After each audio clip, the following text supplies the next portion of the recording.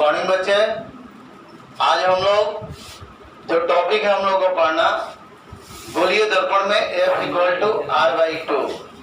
जैसा कि आप लोगों को पहले पढ़ाया जा चुका है गोलीय दर्पण क्या है। गोलीय दर्पण में फोकस दूरी, वक्रता त्रिज्याओं के बारे में बता दिया गया है, वक्रता केंद्र भी बता दिया गया है ना। आज हम लोग पढ़ेंगे कि गोलीय दर्पण में फोकस दूरी और वक्रता त्रिज्या में क्या संबंध होता है। जैसा कि आपको बताया गया है कि फोकस दूरी को f के द्वारा, स्मॉल f के द्वारा डिनोट किया जाता है और वक्रता त्रिज्या को कैपिटल R या उसको भी स्मॉल r के द्वारा भी डिनोट किया जाता है। तो आज का टॉपिक हम लोग का यही रहेगा और आइए देखते हैं। ये एक गोलीय दर्पण है। गोलीय दर्पण में अवतल दर्पण, उत्तल दर्पण दोनों होते हैं। हम अवतल दर्पण को ले रहे हैं। तो अवतल दर्पण है AB, जिसका ध्रुव है P और मुख्य अक्ष है PC। इस मुख्य अक्ष PC के समांतर प्रकाश की कोई किरण चलती है और दर्पण से परावर्तित होकर इसके मुख्य फोकस से होकर गुजरती है। सभी लोग इसको ध्यान दीजिएगा। अलग से मैं फिर अलग से बता दे रहा हूँ। ये कंसेप्शन ये आप लोग पढ़े हुए हैं 10th क्लास में, फिर भी मैं पढ़ा दे रहा हूँ। देखिए, अगर मान लो भाई कि ये कोई गोलीय दर्पण है, अवतल को गोलीय बोल सकते हैं। तो ये कोई अवतल दर्पण है, इसका ध्रुव है से मुख्य अक्ष हो गया PC। तो इस बात को ध्यान रखेंगे सभी बच्चे कि जब प्रकाश की किरण मुख्य अक्ष के समांतर चलती है, जब प्रकाश की किरण मुख्य अक्ष के समांतर चलती है तो दर्पण से परावर्तित होकर हमेशा उसके मुख्य फोकस से ही गुजरती है। मुख्य अक्ष के समांतर चलने वाली प्रकाश की किरण दर्पण से परावर्तित होकर कहां से गुजरती है? मुख्य फोकस से होकर गुजरती है। वाला फिगर हो गया, सभी लोगों को समझ में आ गया। अब आइए ये दूसरा नंबर फिगर हम बना देते हैं। इसमें क्या है कि अगर ये ध्रुव है और ये मान लीजिए कि मुख्य अक्ष है, तो मुख्य अक्ष के समांतर चलने वाली प्रकाश की किरणें कहां से गुजरती हैं? मुख्य फोकस से होकर गुजरती हैं।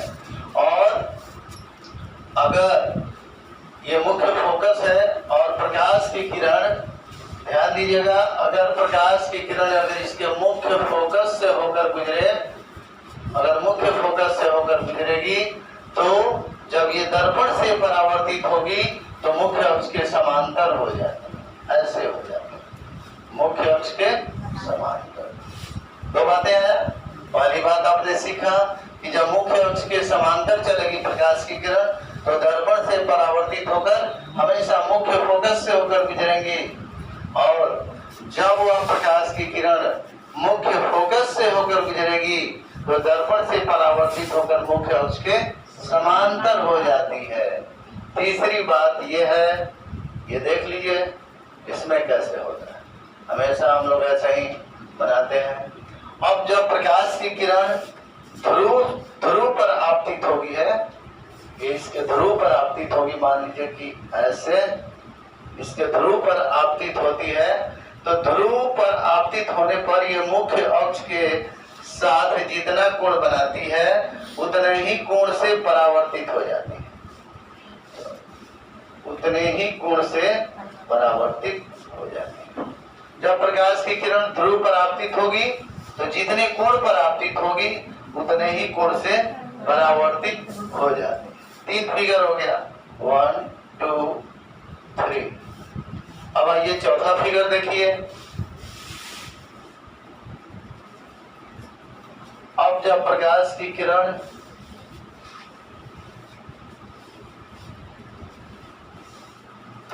किरण अगर दर्पण के वक्रता केंद्र से होकर गुजरती है,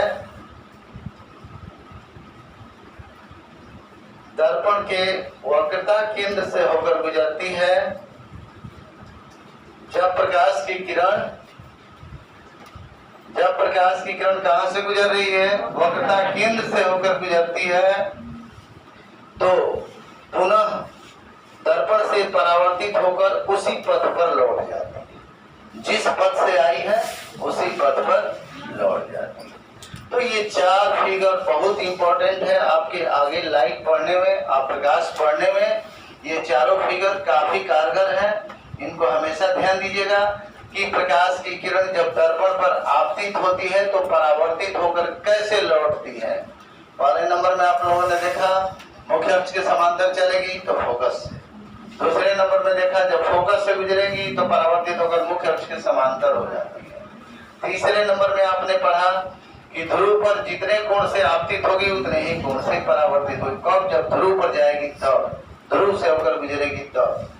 जब वो वक्रता केंद्र से होकर गुजरेगी तो जिस पथ से आई है उसी पथ से परावर्तित होकर उसी पथ से लौट जाएगी।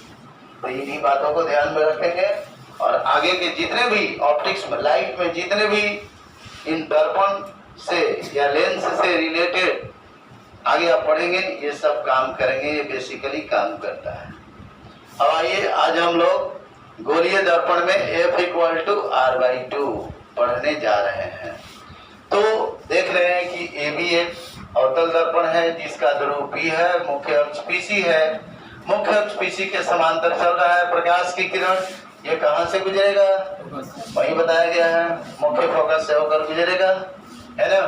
अब क्या करते हैं, वक्रता केंद्र से इस दर्पण के बिंदु A पर अविलंब खींच देते हैं, ठीक है।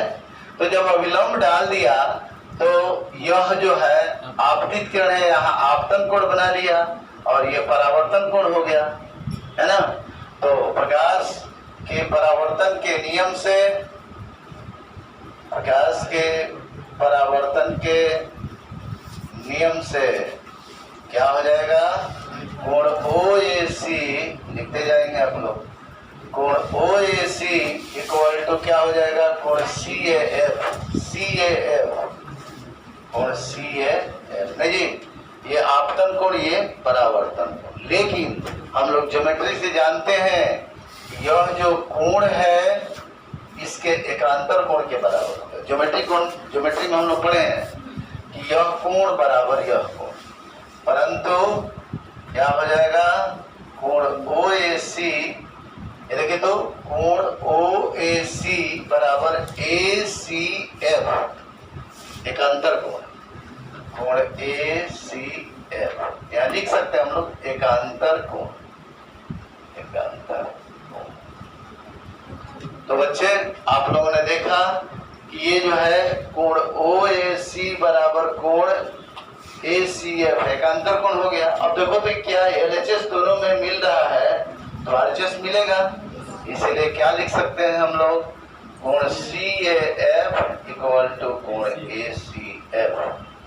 अब आपको याद होगा 10th के ज्योमेट्री में पढ़े हैं ऐसा कि अगर देखिए ये पढ़े होंगे आप लोग, यदि किसी त्रिभुज में यह कोण बराबर होता है इस कोण के, ये कोण इस कोण के बराबर होगा तो इसके सामने की यह भुजा इसके सामने की इस भुजा के बराबर होगी। एक प्रमेय पढ़ना है हाई स्कूल में आप लोगों को कि किसी त्रिभुज में अगर दो कोण बराबर हो तो उनकी सम्मुख भुजाएं क्या होती हैं, बराबर होती। ये कोण अगर इस कोण के बराबर है तो इस कोण के सामने की ये भुजा इस कोण के सामने की इस भुजा के बराबर होगा। अब आइए जरा देखिए, हम बात करें इन दोनों कोणों को तो बता सकते हैं कि कोण CAF और ACF, CAF ये कोण हो गया, ये वाला कोण हो गया CAF, और ACF ये वाला कोण हो गया। तो दोनों तो एक ही त्रिभुज में है ना, इसीलिए कौन सा त्रिभुज है, ACF कह दीजिए या AFC भी बोल सकते हैं। ACF में जब ये कोण बराबर है इस कोण के तो इसके सामने की यह भुजा इसके सामने के इस भुजा के बराबर, नहीं इस कोण के सामने की भुजा कौन है, AF, इस कोण के सामने की भुजा कौन है, CF। तो क्या हो जाएगा, AF equal to AF equal to CF हो गया। अब देखिए ध्यान दीजिए, वास्तव में हकीकत में बात यह है, ये जो किरण OA देख रहे हैं, ये जो किरण OA है ऐसे इतनी दूरी पर नहीं है, ये मुख्य अक्ष के बिल्कुल नजदीक से गुजर रही है। ये जो किरण OA है एकदम मुख्य अक्ष के सट के गुजर रहा है, यहाँ से गुजर रहा है बगल से एकदम। तो बताइए जब ये किरण OA, ये तो चित्र बनाने के लिए इतना डिस्टेंस रखा गया है, अगर नहीं इतना डिस्टेंस रखेंगे तो चित्र नहीं बन पाएगा। नहीं जी, अगर मान लो किरण को यहाँ से गुजारेंगे तो कैसे आप लीजिएगा, है ना, इसलिए इसका गैप थोड़ा बना देंगे। लेकिन वास्तव में ये किरण OA जो है यहाँ से गुजर रही है। तो बताइए अगर ये किरण OA यहाँ से गुजरेगी तो AP के काफी निकट हो जाएगा। तो ये जो लाइन है, ये जो आपका है, ये जो लाइन है अब कैसे गुजरेगा, ऐसे गुजरेगा ना जी। तो इसका मतलब क्या, जो AF होगा ऐसे अब PF दोनों बराबर होगा, है ना।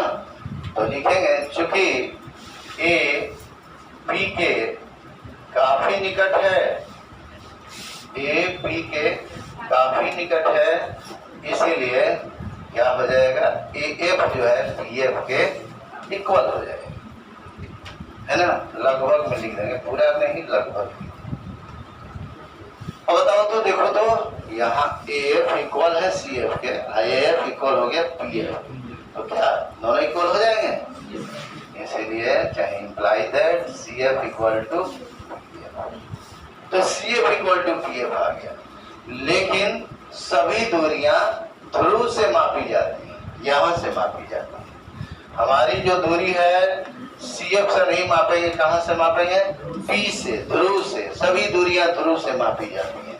तो बताइए CF को आप कैसे लिख देंगे कि PF से हो जाए, तो CF को PF से लिखना होगा। तो CF के बदले क्या लिख सकते हैं, पूरा PC में PF घटा देंगे तो CF हो जाएगा, नहीं जी, पूरा PC में PF घटा देंगे तो CF हो जाएगा। तो CF के बदले क्या लिख सकते हैं, PC minus PF equal to, हई वाला PF उतर गया, CF के बदले लिख दिए गया PC माइनस PF। अब चलिए PF को आप उधर भेज दीजिए, तो PC equal to PF plus PF, तो PC इक्वल टू PF में PF जोड़ देंगे 2PF हो जाएगा। अब देखिए सभी दूरियां कहाँ से मापी जाती हैं, ध्रुव से मापी जाती है। सबको मालूम है C क्या है, वक्रता केंद्र है। ध्रुव से वक्रता केंद्र के बीच की जो दूरी होती है उसी को वक्रता त्रिज्या कहते हैं R, और ध्रुव से फोकस की जो दूरी होती है उसको फोकस दूरी स्मॉल f कहते हैं, है ना। इसका मतलब है फिगर के अनुसार PC किसके इक्वल हो गया, R के, और PF किसके इक्वल हो गया, F के। तो PC की जगह पर हम R लिख दें, 2PF की जगह पर F लिख दें। R equal to 2F, therefore F equal to R/2। ये प्रूव्ड हो गया गोलीय दर्पण में F इक्वल टू R/2। ठीक है बच्चे, समझ में आ गया सभी लोगों को? एनी प्रॉब्लम किसी को? जल्दी से उतार लीजिए आप फटाफट, जल्दी से।